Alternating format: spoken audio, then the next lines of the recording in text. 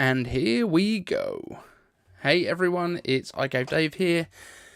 Thank you all for being here. There's already a few people in the chat. Thank you very much. Yeah, say hi in the chat and we'll give you some shout outs. Evan Rogers, hello. Dream the World, hi everyone. Who's that in the glasses? It's me. Of course it's me. I've got the Steve Jobs glasses here somewhere as well. I think they're up top. But yeah, how's everyone doing today? Let me know that you can hear me okay. Michael Moy, how are you? Didn't tell us that you already got Apple's glasses. At least that's what the app. Yeah, it's that's exactly. I'm not supposed to say that they're Apple Glass yet. I think that's still under what's it called? Embargo. That's what they call it. How is everyone? Everyone good? Sound is fine. That's excellent to hear.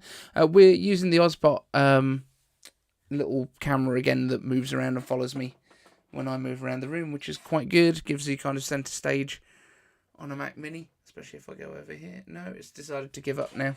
Excellent. Catch up, camera. Play the game. There we go, we're back in. Yeah, how's everyone doing? Thomas Ravenstein, good late night. I hope you're doing well. Yeah, it is a little bit late. So it's 10 o'clock here in the UK. So I guess 11 o'clock Central Europe. But yeah, a little bit earlier than the previous ones that we've done. But yeah, we've got a few things to talk about today. I'm going to grab up some local sites and we'll see what's going on in the world of Apple. Obviously, we haven't really done a live since there was the earnings call for Apple, which I think is obviously one of the bigger things going on. They did another nearly $100 million in a quarter, which is just bonkers, and it's the highest not holiday quarter I think they've had. So that's pretty good going. But iPad sales down a little bit. So we were there was conversations happening about what happened to iPad, and I think a little bit of that is just supply constraints.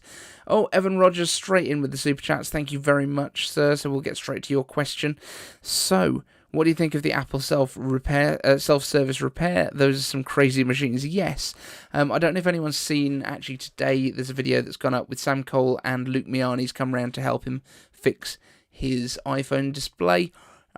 Yeah, you get a lot of kit. And I think, so one of the things that we want to discuss today is that I've actually started doing stuff on iCaveDave.com again, which is the website, obviously.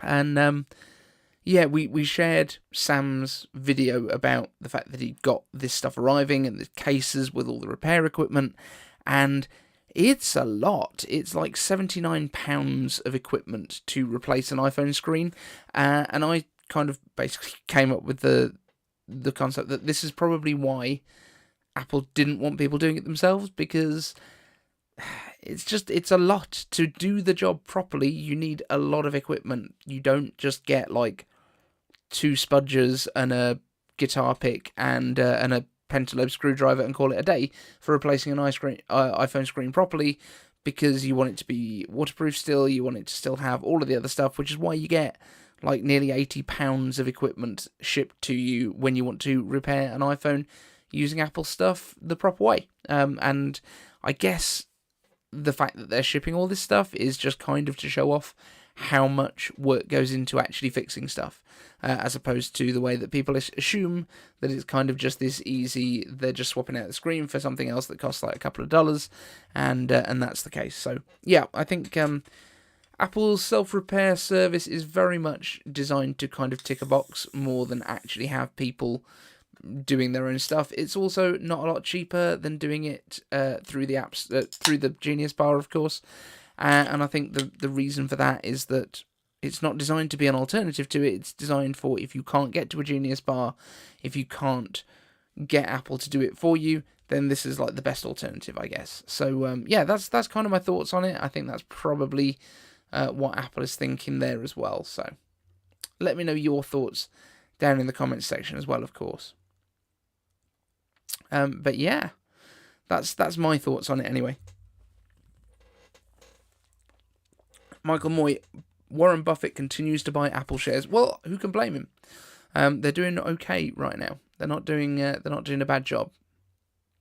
And you used to take apart Apple gear when you were younger. It's harder as you get older, and the Apple Store is very convenient. You have 3 local stores. Yes. I think one of the big things about being able to take stuff apart, it's very much the same as with cars. We used to be able to dismantle them. We used to be able to service everything ourselves, and it was like not a big deal. Everything was very simple, but we kind of like things to be better now. We don't just expect cars to run the same as they did 20 years ago. We expect computers to do more than they did 20 years ago.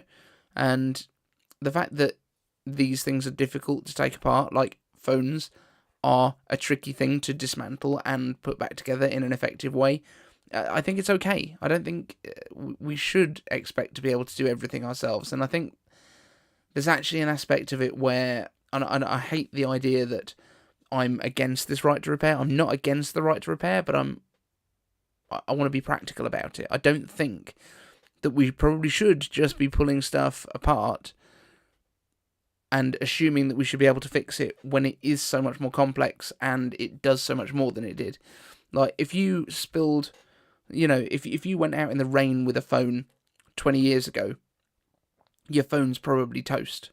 Now you can throw it in the pool and pull it out half an hour later and it's fine. And that's kind of the way that it works. And we shouldn't just assume that it would be as simple now to fix it as it was then, when it was so much more difficult. There's also the fact that I think part of the reason that Apple uses these security screws in the bottom is because with Find My iPhone, they don't want people to just steal a phone, open it up and rip the battery out so that it can't be tracked. That's another aspect of it. So I think there is an actual security reason for security screws in iPhones.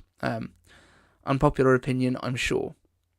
So let's have a quick look down here. So Thomas Ravenstein, I have a question for you. I'm thinking of buying a video mixer from Blackmagic to mix multiple cameras. Do you use a video mixer for your live streams or video recordings? No, I don't.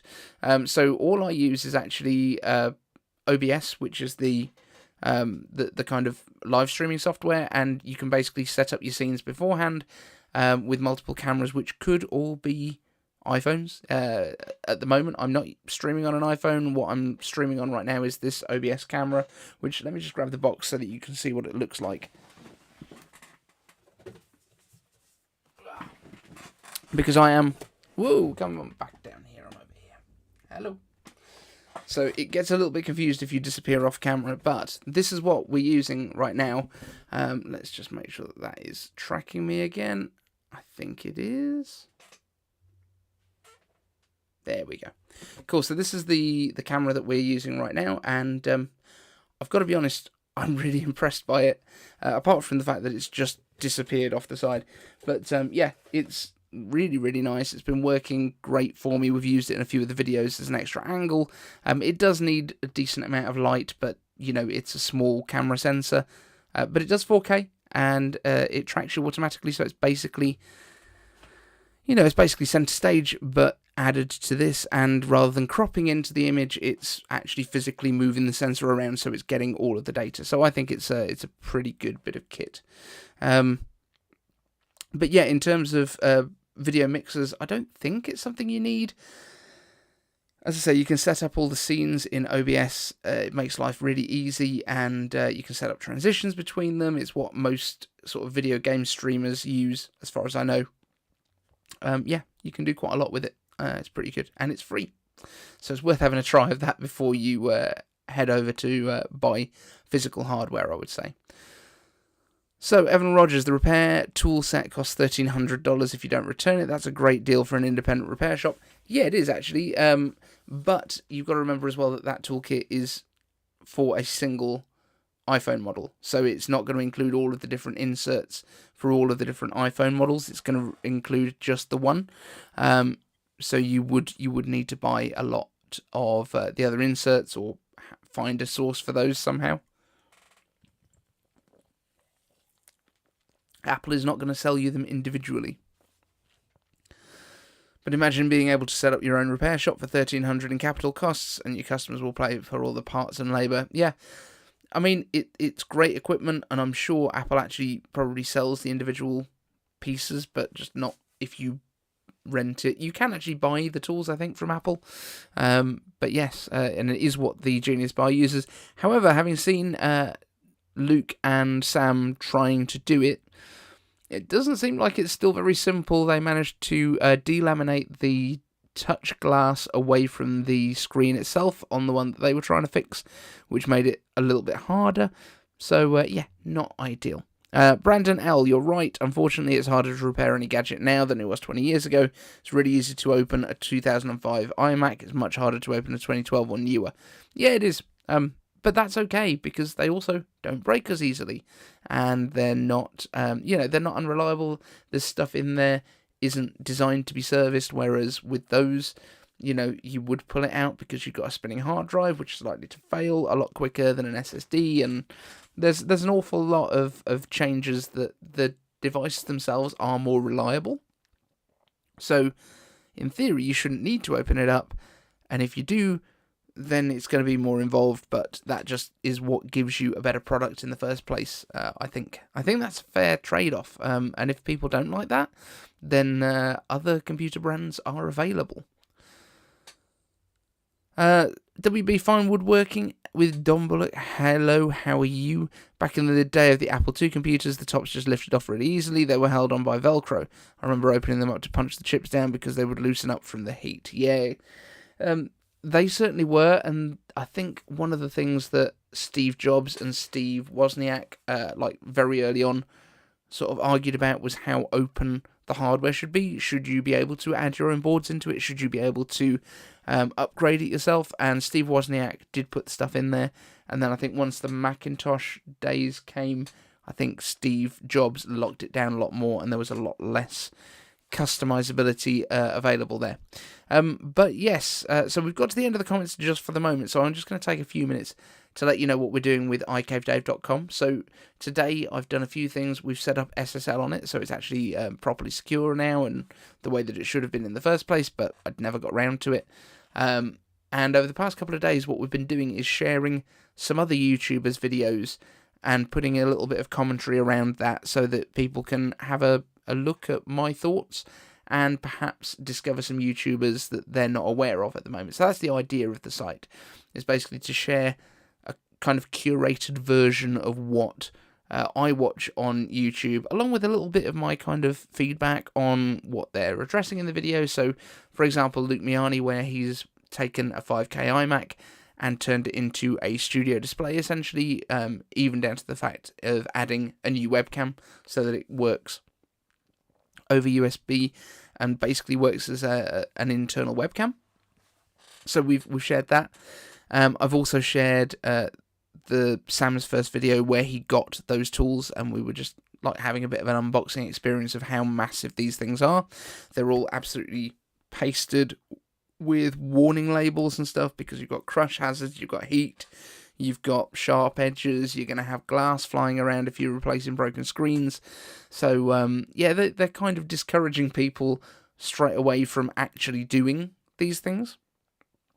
Because let's be honest, the vast majority of people are going to have issues with repairing their own iPhones, even with these tools that the Genius Bar guys are trained on and have used many times. I think the heat press that they were using for removing the display, number one, managed to delaminate the touch layer from the display on an iPhone 12 Pro, I think it was, or a 13 Pro, and then it also was throwing like error codes because they weren't sure how long it needed to heat for and all that sort of stuff because they're not trained on this equipment. And the manuals that they've got basically are the ones that the Genius Bar would use, it seems. So, it's a little bit not perfect at this point. And Apple is very much making the website that you go to actually buy the parts and rent the tools look so generic and so not Apple. It's kind of embarrassing that they've gone that route of doing it. But I think what I'm trying to say is I was trying to tell you about what we're doing with the website, but yes, we're basically curating a lot of videos from different creators so that you can discover some of the other creators that maybe you've not seen before, and also, getting my take on the stuff that they're doing. So I will be sharing for people like Martin Kowalczyk, who's really into the retro stuff, where people are retrofitting M1s into older Macs, like it's been done in a G4 iMac, it's been done in a G4 Cube a few times. I'm looking for a display that will fit into my Macintosh SE that's sitting up on the shelf there. That might be M1 powered at some point. That might be a project that I do. So I've got a week off work coming up soon. So that might become a little project for me. We might even be able to fit in an iPad screen to use that as the display for the M1 inside. That's a possibility. So that's what we're talking about here. Let's have a quick look. The other thing I think that's kind of caught my attention today is that there's some new information come out about Jony Ive's departure from Apple, and the fact that it was him and Tim Cook not really getting on very well, which is interesting because Tim had been there for a long time before Steve Jobs' departure and then subsequent passing.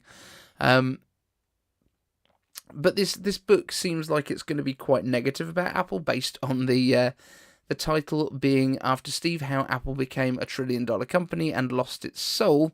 Doesn't sound like it's a particularly glowing account of Apple, but I'm interested to read it nonetheless. So I think that's something that I'm going to try and do. I'm hoping that there's an audiobook version because I'm terrible at reading books.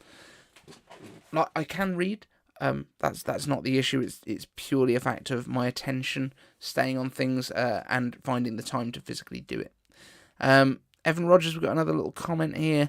Apple's under no obligation to make self-repair as easy as possible. The push is simply to allow for self-repair. I appreciate the passive aggressiveness from Apple here. Yeah, and that really is kind of the feel that I'm getting. It's like, yeah, okay, so we've got to let you do this stuff,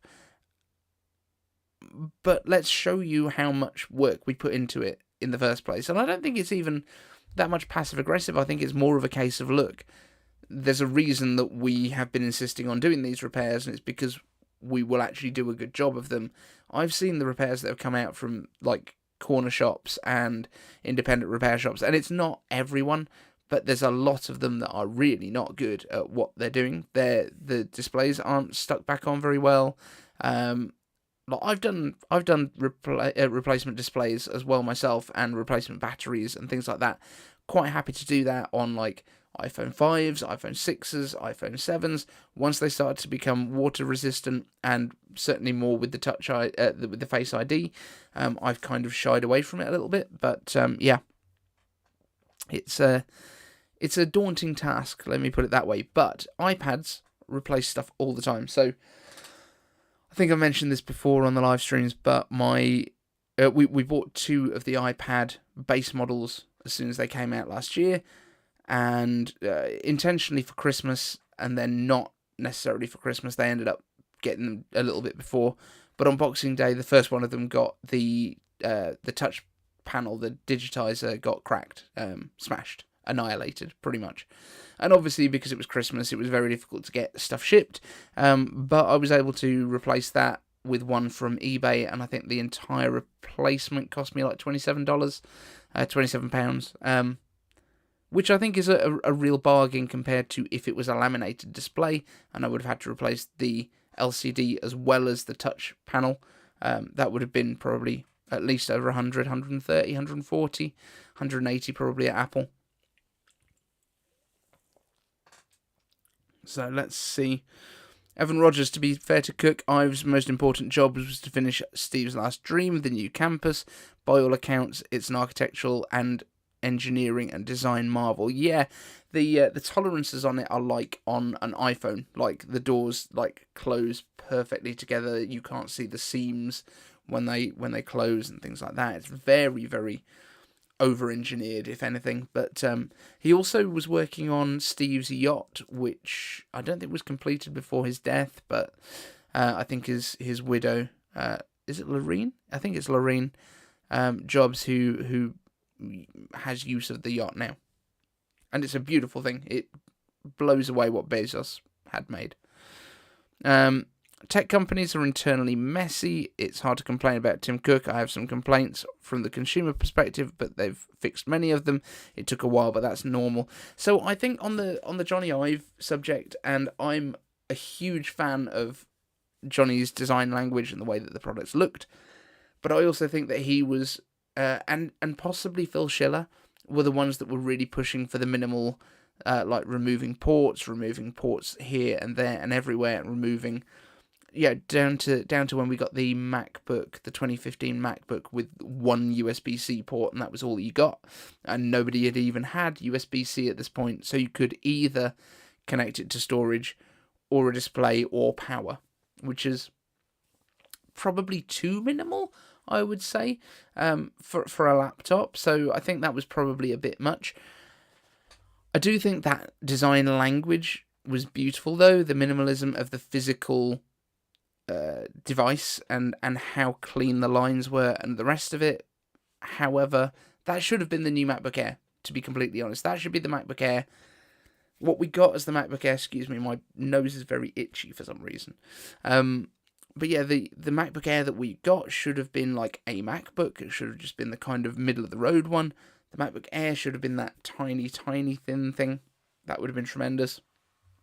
But it was not to be, unfortunately. So, I love Jony's designs. I mean, I've got the Mac Cube on my desk still. I've got the Harman Kardon sound sticks that he worked on as well, sitting on the desk, because these were designed to complement the same generation as the Cube and the studio displays at the time, all that sort of stuff. I think absolutely beautiful stuff. And yes, in terms of it's hard to complain about Tim Cook, absolutely. The guy has done an absolutely outstanding job of managing Apple's supply chain. Do you remember when there used to be huge delays every time you wanted an iPhone if you didn't order it first thing on pre-order day? We got to the point where there were no queues outside the stores, but not because they were less popular. They were more popular than ever. People knew that they didn't need to queue up to get it on release day. It was just so much smoother in terms of the ordering. Now, do I miss the idea of people queuing up on release day for the iPhones? Yeah, of course I do, because it made it an event. Maybe we should do that again this year, now that we're allowed out again. Maybe people should go to Apple stores. What I would love is if, when WWDC is on, or when the iPhone keynote is happening, if Apple invited people into the stores to watch. Like, make it an event, make it a physical event, that town hall that they've been talking about for years. I think it'd be amazing for them to either do that, or I actually emailed Apple marketing to see if they would be okay with people showing it in cafes or bars, so people could come together in their city and have a place to watch together. No response, sadly. But let's see what else we have here. Thomas Ravenstein, hope my Mac Studio doesn't need a repair for the next couple of years. I'm assuming that's arrived for you now, isn't it, Thomas? I think you said that it had arrived. I hope you're enjoying it. Naked Bananas, design-wise, feels to me like a lot of designs look retro and a little boring at the moment, e.g. Mac Studio. See, the Mac Studio, for me, I want someone to create a Perspex Cube to hold it in. I think that would just be brilliant. I think it would look great. Pop it in a Perspex Cube, make it the new Mac G4 Cube style. I think that would be a great thing for it. The other ones, though, I really love the look of the MacBook Pros. The slightly chunkier, rounded base, rounded top edge, but flat in between. I think it looks gorgeous, and it has definitely got the look of the kind of PowerBook G4s, the titanium ones. I think it's got that kind of feel to it. I think it's a great looking design. Evan Rogers, when can we expect the iPhone Fold and what would the cost be? I'm honestly not convinced they're even going to bring one out. I don't think they will. I do think it's an interesting concept. I think something good could be done with folding devices. I don't think anyone's worked out how to yet, and Samsung isn't the one. I think the technology is interesting, but it seems more like we're trying to find a use for the technology than the technology solving a problem that we have, if that makes sense. Does that make sense? Let me know in the comments. But yeah, I don't think they've developed folding displays and put them into phones because there was a need for it. I think they found that they could make displays fold and then tried to find a reason to put that into a phone and a use for the technology, which I think is the wrong way to approach these things. And I think Apple is more likely to find a different solution. It's very much like when the iPad was released, what everyone wanted from Apple was a netbook. You know, the EPCs from Asus and, you know, those tiny form factor little laptops that were terrible. That was what everyone had at the time. That's what everyone seemed to want at the time. Don't really know why. And yeah, it's like, just because that's what someone else has done and because the technology physically can do that now. And this was really because we'd got SSDs were becoming more of a thing, so you could have a small amount of flash storage inside rather than a spinning hard drive, and then you could make the whole thing smaller, and it used less battery, and therefore the battery lasted longer, but you've got a tiny screen and a keyboard that was too cramped and all of those sort of weird compromises.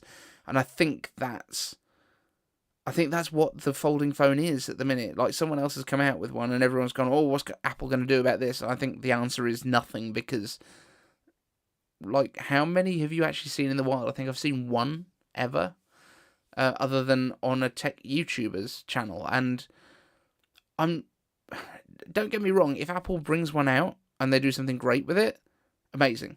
I'll be excited. Until then, I don't care. I don't care enough to kind of wonder what Apple's going to do with it. I think if they bring it out, it's going to be more expensive than a Pro Max. So probably $14.99. I can't imagine they'd do it for less than $1,500. So that would make the most sense to me. But there we go. Bill Castle, zero interest in a folding phone. Michael Moyd, if you double the height and the weight, I want a small phone to be small and light, so not a fan of folding right now. Yeah, there just doesn't seem to be a reason for them at the minute. Yes, it's nice to have an iPad. Yes, it's nice to have a phone. It's nice to have space on the screen, and if you can fit it in your, I guess. But, meh. It doesn't seem to do any of the things better, other than, like, it's a slightly worse tablet and a much worse phone. So, not excited about it. John Knox, does anyone else suffer from the issue on MacBooks if you connect via Ethernet dongle instead of Wi-Fi? Always lose the connection and have to delete it, add it again and reboot. It just works. Well, yeah, that is weird. I haven't heard of that issue before. I like the fact that Samsung is constantly innovating. I think the Tesla phone will be interesting. It will either bomb or become the next iPhone and take over from Apple. That's an interesting one as well.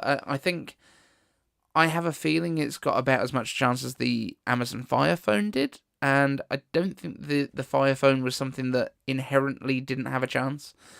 I just don't think it was the right thing. I think it was done for the wrong reasons. And it depends why they're making the Tesla phone, if they actually ever make the Tesla phone, because they've also announced 4 years ago the Roadster, which isn't here, and the Cybertruck, which is also not here, although that's supposed to be going into production a little bit sooner, so hopefully next year. And I really hope it does, because I would really like a Cybertruck. That would be my ultimate car. That I would be very happy with. But yeah. Yeah, I'm not sure about the Tesla phone. I haven't heard anything about it that makes me think this is going to be mind-blowing. But then, at the same time, I haven't heard anything that's putting me off. So, yeah, all I've heard is that they want to make one. That's kind of it. Yeah. So, what else have we got here? I would love a folding 12.9-inch iPad, as I could carry this with me all the time. It would make it easier to fit in my purse, although I can't see why I would want a phone that could fold in half, though. Yeah, and I think that might be the case. I think we might be looking more towards a bigger iPad or like a large iPad that you can fold in half. That makes more sense, because you could also fold it up and turn it into more of a MacBook kind of feel, so you could have it at like a 60-degree angle or whatever. Just trying to work out my angles now. 60-ish seems about right. And then, you've got a touch keyboard in front of you that is full size and right where you would want it, and the rest of it's touchscreen, so that makes sense. And then you could use drawing tablets on it, Apple Pencil, all that sort of stuff. That makes a lot more sense to me than anything with folding phones. Yeah, I don't think iPhone Fold is a thing we're going to see. I think they're definitely experimenting with it. I don't think they're actually going to release it. Absurd TV, yo, what up, fam? How you doing? Glad to have you here. Brandon L agreed on the folding iPad. Yeah, even if it's more like the Galaxy Fold with the front screen. I don't see why you would. I think if you're going to have it with the front screen, I don't know why you would need to with an iPad if it was going to fold. I feel like, other than maybe using the main camera and using it as a viewfinder, maybe. I don't know. Because if you can fold it in half to do selfies, that might be better, I guess. So you've got the right camera. You've got the better camera basically facing you at all times. Megan. Evan Rogers, I think a larger iPad would be too unwieldy for me for what I do on the go. That's fair enough. Michael Moy, haven't had Ethernet dongle problems on my 2015 MacBook Pro and use Thunderbolt 2. Yeah, I wonder if it's something to do with Apple Silicon. Maybe. Don't know. What's everyone else interested in this week at Apple? Let me know your stories that you're most interested in, because I am just having a quick look. There's not a great deal going on, let's be honest. Apple apparently just considered an edge-to-edge iPod Nano display years before the iPhone 10. That was posted 50 minutes ago. Interesting, but I don't think there's a huge amount of interest in iPod stories at this point. But there we go.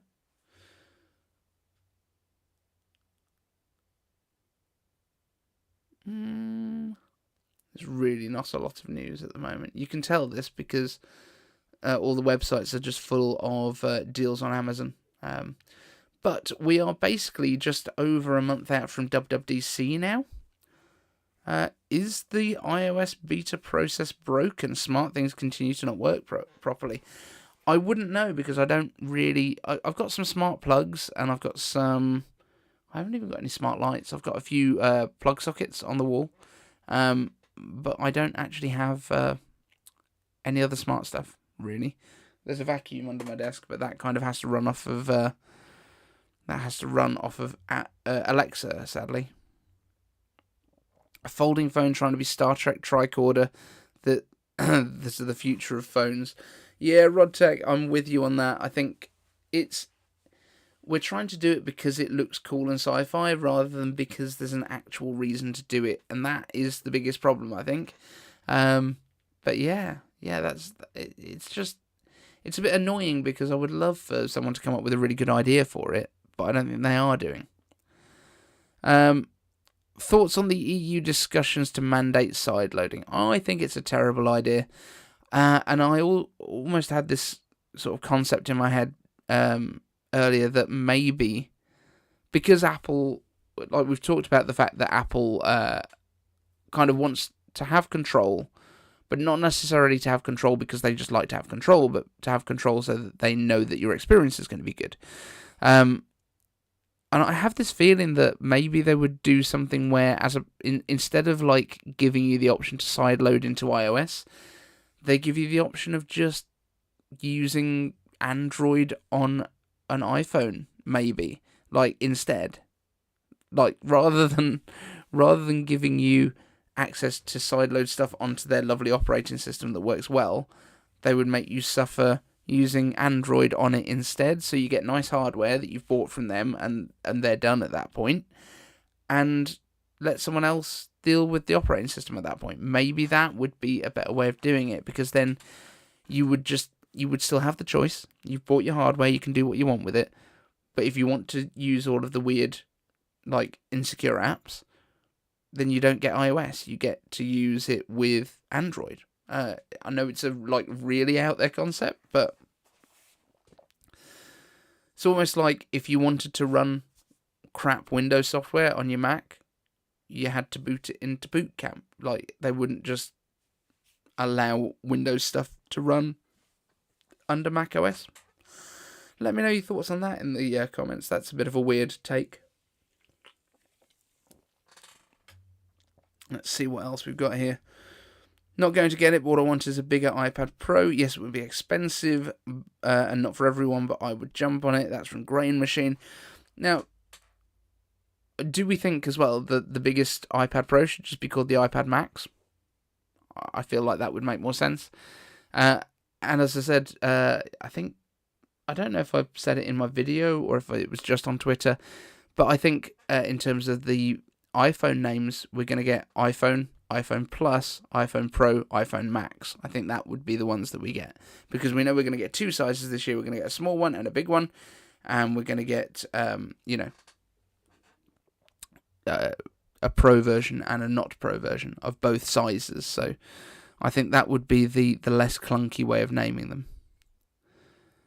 Michael Moy, only folding phone that I like is the Motorola Razr from 2004. Yeah, it's still a cool phone. I'm not going to lie to you. If Apple made a 2015 MacBook Pro with an M1 chip, I'd buy it over a MacBook Air any day. Wasn't that the one with the terrible keyboard? The butterfly one? Maybe. Why would you want that, though, instead? I don't quite understand. Michael Moy, you want all the ports and the size. You have a 2015. Your current options are the 14 and the 16, but they're rumoured to be doing an Air in 15 inches in 2023. That's true. It does look like a 15-inch-ish, 15.6 inch, I think, is likely to be coming. Brandon L, I really, really want sideloading, but not if Apple is forced to do it by regulation. I generally want it to load RetroArch on the iPhone. So is RetroArch for retro gaming, like Game Boy games and stuff? Other than that one application, why do you want sideloading? Just wondering, because I honestly think the problem is, like, it's not even about sideloading specifically, but even allowing other app stores. This is the way that I see the problem. So if you allow multiple app stores, and even if you do this system that people have been advocating where you go, okay, yes, but people have to, like, take the responsibility. If they want to go to the other app stores, then they have to enable it in settings and blah, blah, blah, and blah, blah, blah. Okay, I understand, like, you can reduce some of the risk that way, but what if the mainstream apps that are currently in the App Store decide they want to go into one of the other app stores that is unregulated because they get 4% more of the money that comes out of it? That makes sense. I understand why they would want to do it. But then, because they pull out of the regular app store, everyone basically then has to enable the other app stores, and then you back to the point of not really having any kind of security, because everyone's opened up to these other app stores, and then you're going to get the... you know how we have still, even to this day, the weird flash pop-ups, like your flash needs to be updated, that your gran clicks on, and off she goes. She's been hacked, and now she's sending Facebook messages to everyone asking for some money that isn't actually her. You know, the equivalent of that in a world where any app store can install stuff directly onto your phone, which, by the way, is the one piece of technology that you have with you all the time, tracks your location, has all your banking on it, probably has your banking cards enabled on it so that you can make payments whenever you feel like, without any kind of real additional security, because we're using a secure platform. As soon as you open it up to other app stores and people have to enable it because they want to get, I don't know, Microsoft Word, because they've decided that they're going to go in the Epic Store because they can make an extra 5%, then you will see basically all of these kind of fake App Store pages that look like they're the genuine one, and then you click on it and it takes you to the fake App Store and installs some piece of malware, and now your phone is compromised. And the hackers can see where you are at all times. They can see if you're away from your house, and therefore, having also the knowledge of where you live, know when to break into your house. Do you see where I'm coming from here? This is why I don't think it's a really good idea for us to have even the option to do that in a legit way. Does that make sense to everyone else? Megan, oh my god, that's scary. Yeah, exactly, it is.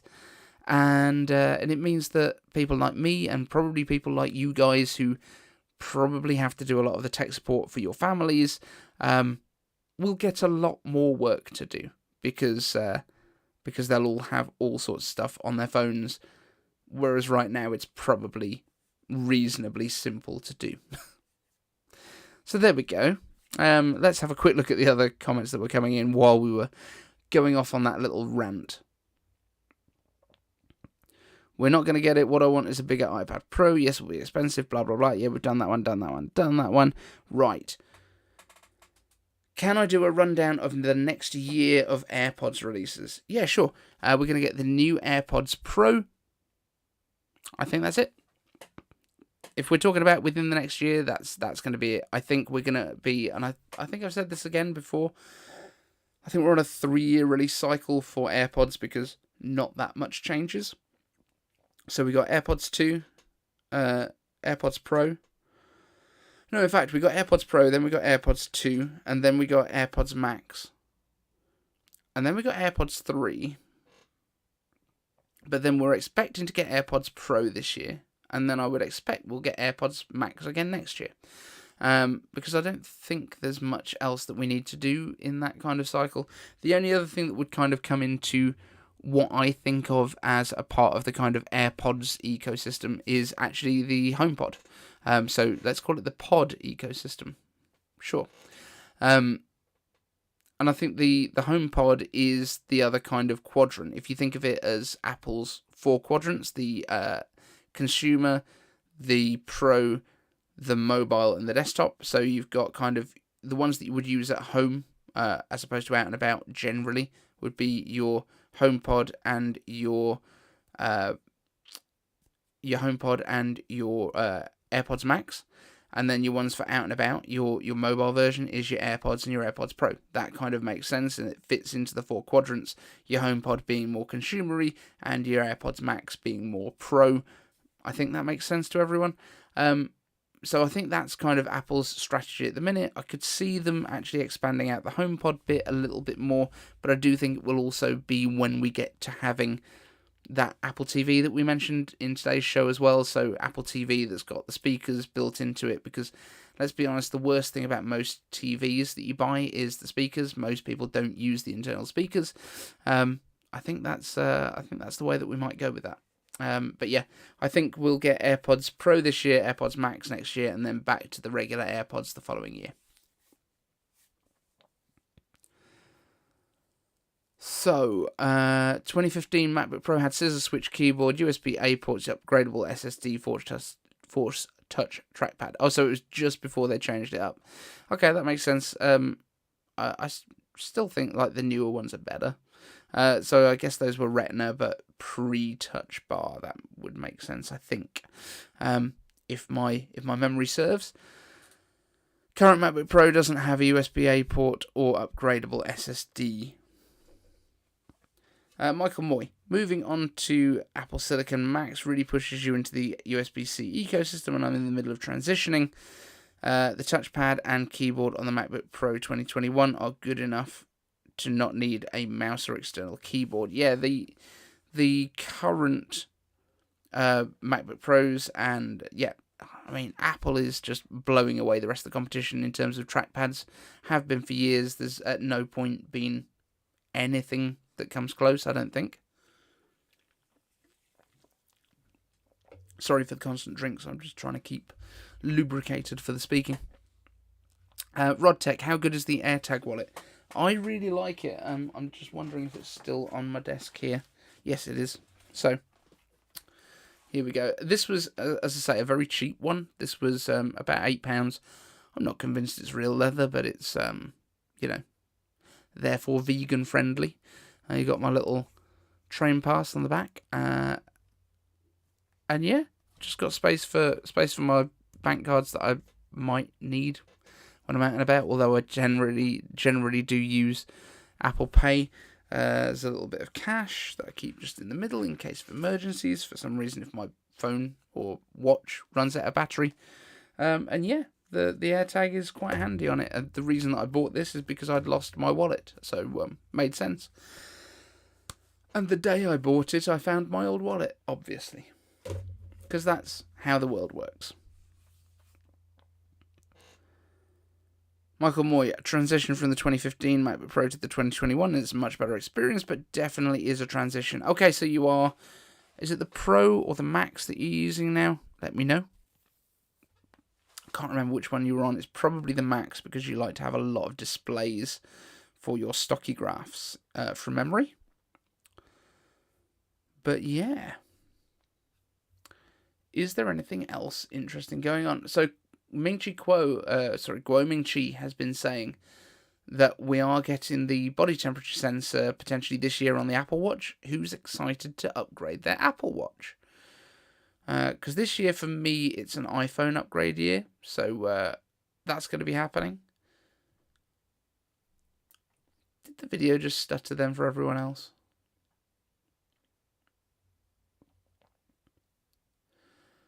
So yeah, it looks like we're getting body temperature sensing.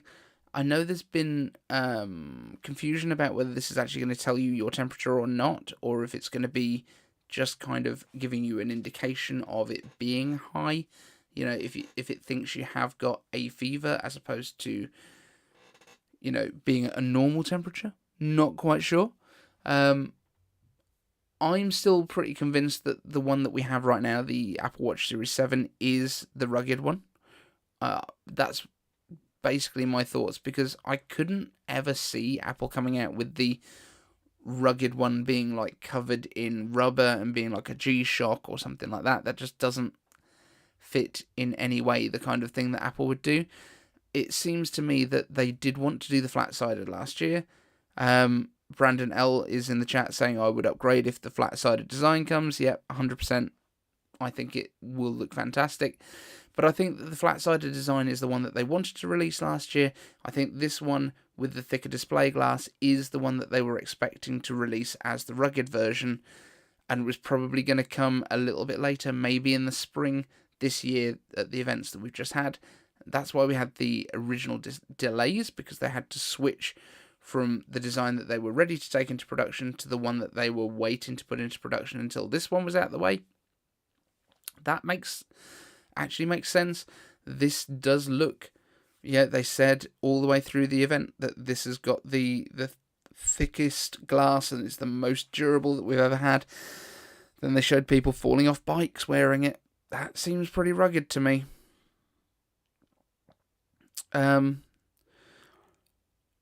So here we go. We've got Michael Moy saying that he's had a temperature sensor in his Garmin watch since 2018, and it has a wide variance compared to your actual body temperature, as the wrist temperature isn't accurate, but the range is useful. Yeah, so this is the difficulty. Apparently, they've been working on an algorithm that basically takes the ambient temperature and takes your skin temperature and then works out basically what the delta is, so that it can kind of give you a more accurate what your body temperature is, like, as opposed to what your body surface temperature is based on what's happening outside. So yes, it would be more of a kind of trends rather than, you know, if you're consistently hotter than normal, and it's not because outside is hot, then that would make sense.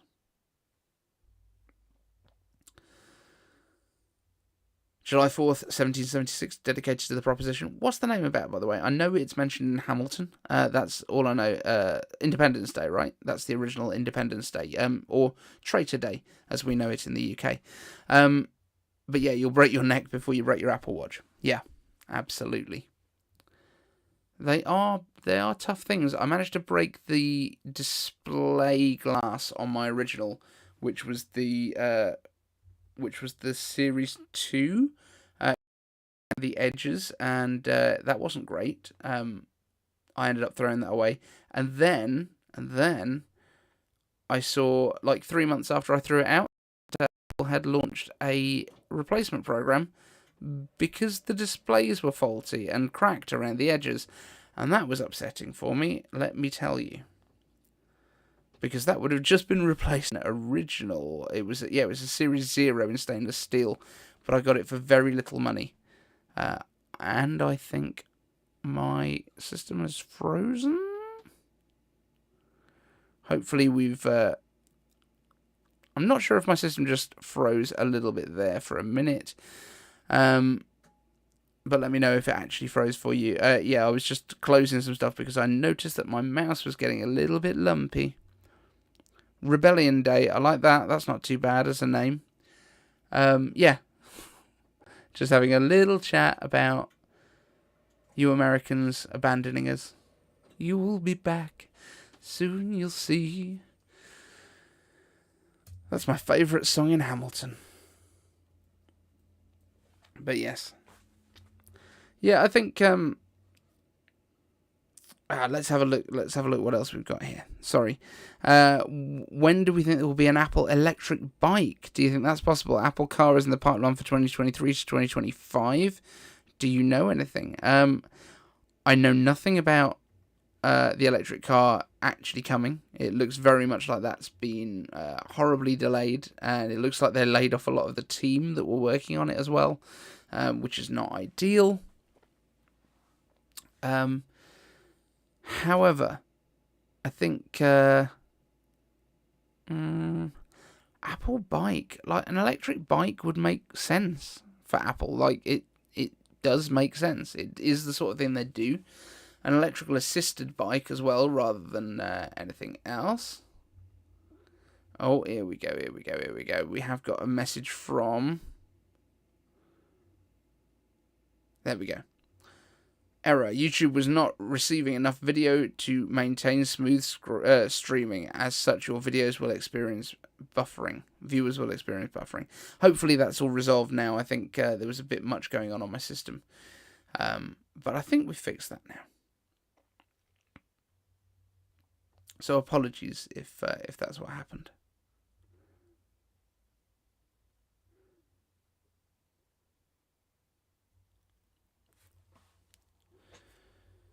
Yeah, hopefully we're back up to good health now. I would hope. Maybe not. Let me know how the stream's looking at your side, guys, because hopefully it's not too bad. Let's see what we've got here. Are we getting USB-C on the iPhone Pro to help transfer ProRes video, or are we going completely wireless? I don't think we're getting either for this year. I think next year we might do. But we will see. Is VR stupid or will it be cool? I don't know, Evan. It's one of those few things where we've got very, very little indication of what Apple is likely to do at the moment, which is very strange. Like, we're not used to having that situation where we have nothing. We have no idea what's going to be coming. We have no idea what Apple wants to do with it.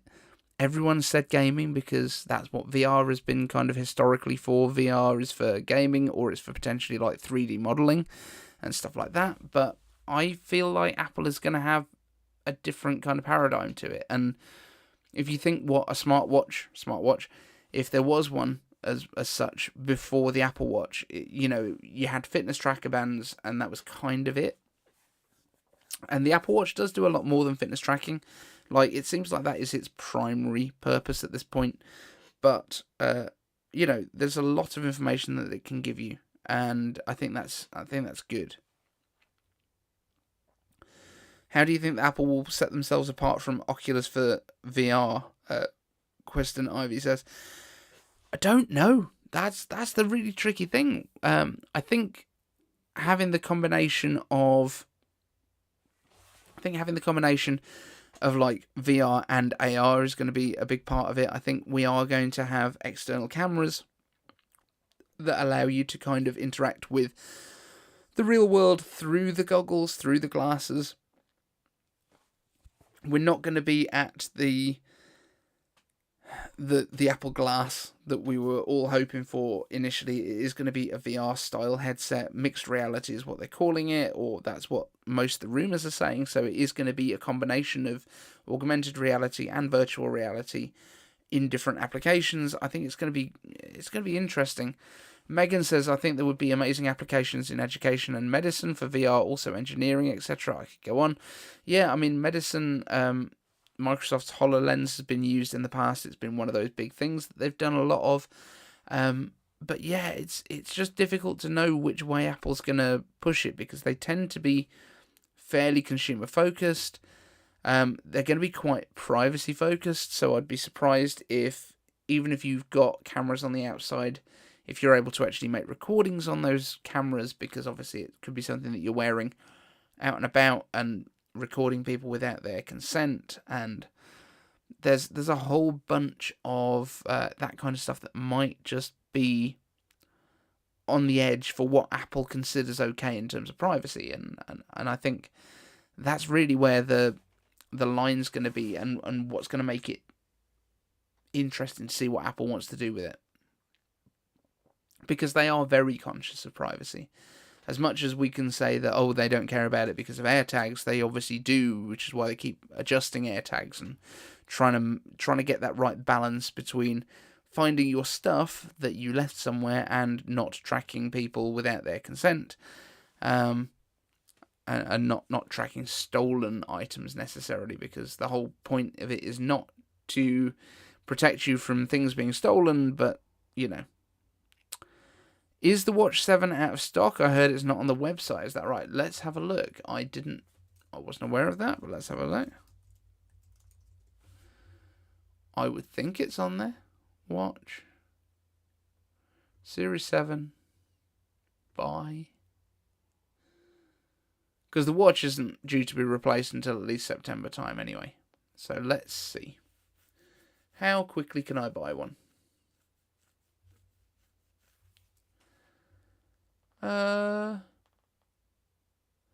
Get free delivery or pick up items available at Apple stores. Let's go for a 45 and GPS.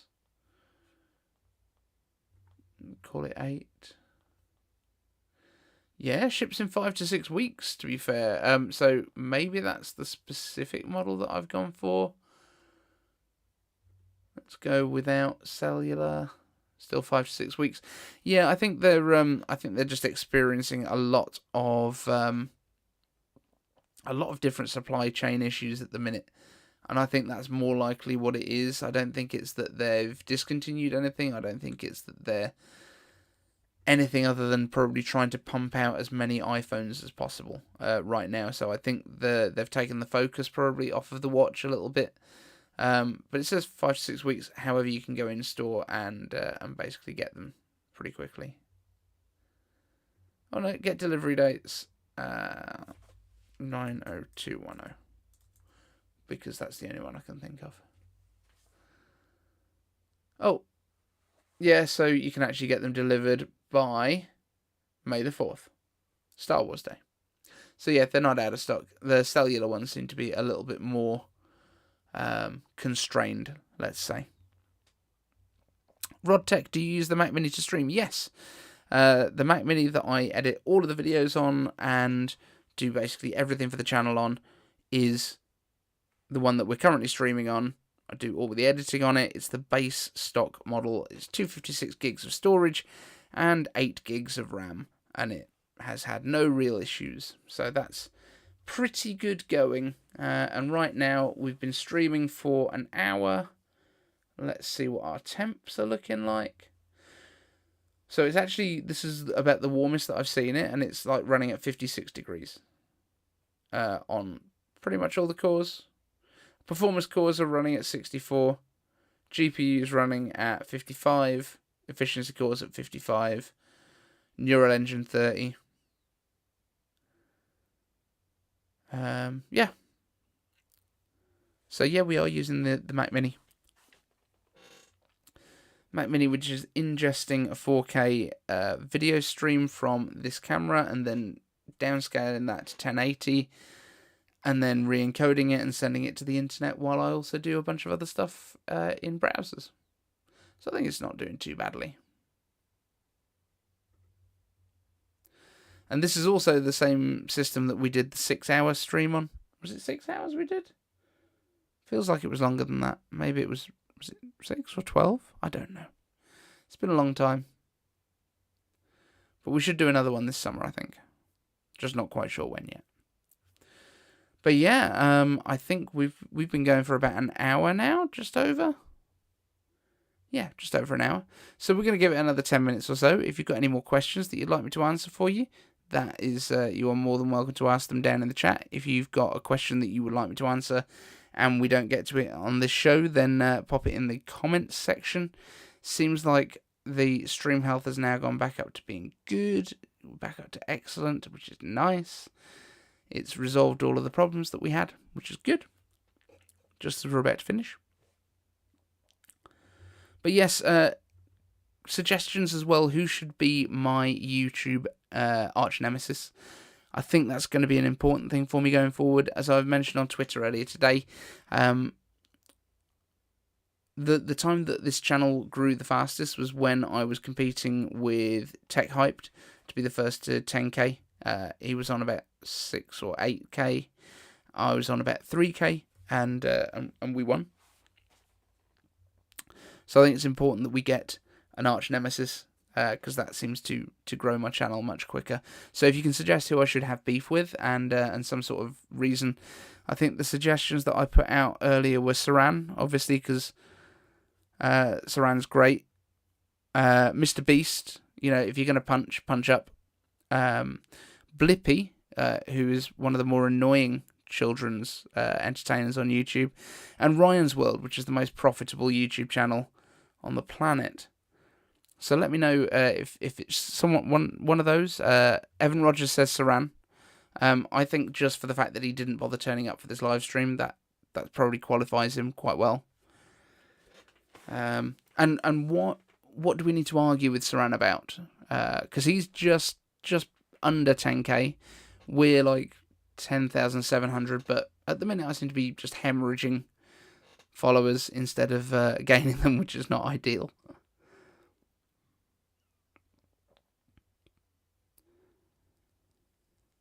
July the 4th has said, I use iPhone Cinematic but not quite figured out what it's doing or what the advantage of it is.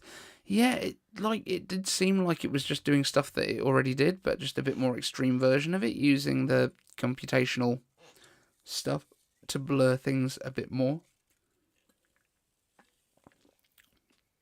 I think if you were doing like full-on filmmaking and you wanted to have that real control level, then it would be really cool.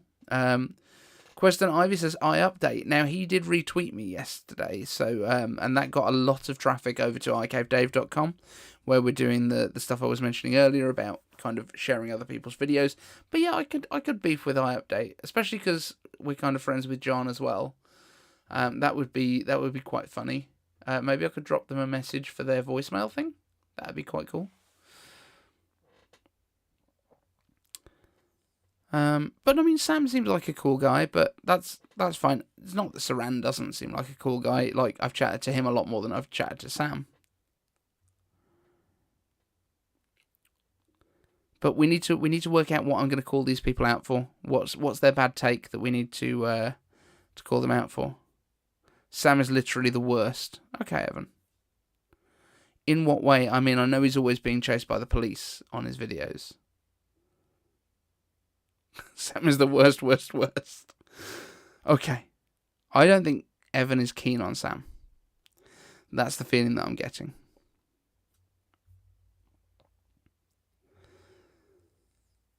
Maybe, yeah, we could just be like everyone else and pick on Apple Explained. That might be good. But yeah, if we've got any more suggestions, hit me up in the comments. I think it's important. It's important that we have beef with someone. Sam is a Supreme poser. He does wear Supreme a lot. That's true. Even though it's all pink now because he washed it with red stuff. Awkward. But yeah, and he doesn't like the iPad mini. I mean, how can you not like the iPad mini? Right, Sam might be a strong candidate. I mean, it's going to get us more attention. So what's my beef with him? That's what we need to work on next. Why are we going to fight Sam?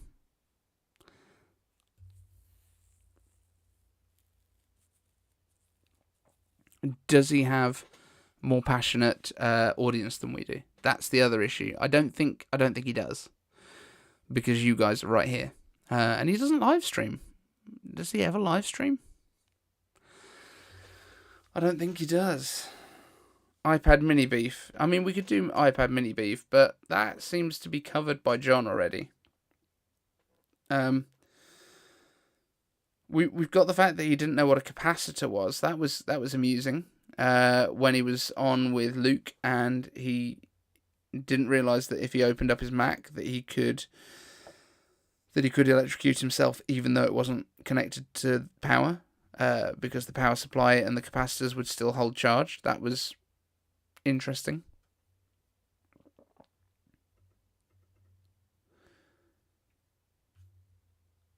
I mean, like, let's be honest. I don't hate anyone. That's the problem. I'm far too nice to people. If I wanted to actually beef with someone, it'd be someone that, like, had owned an Android or something, you know, or used Windows. Beef, the lack of requisite variety.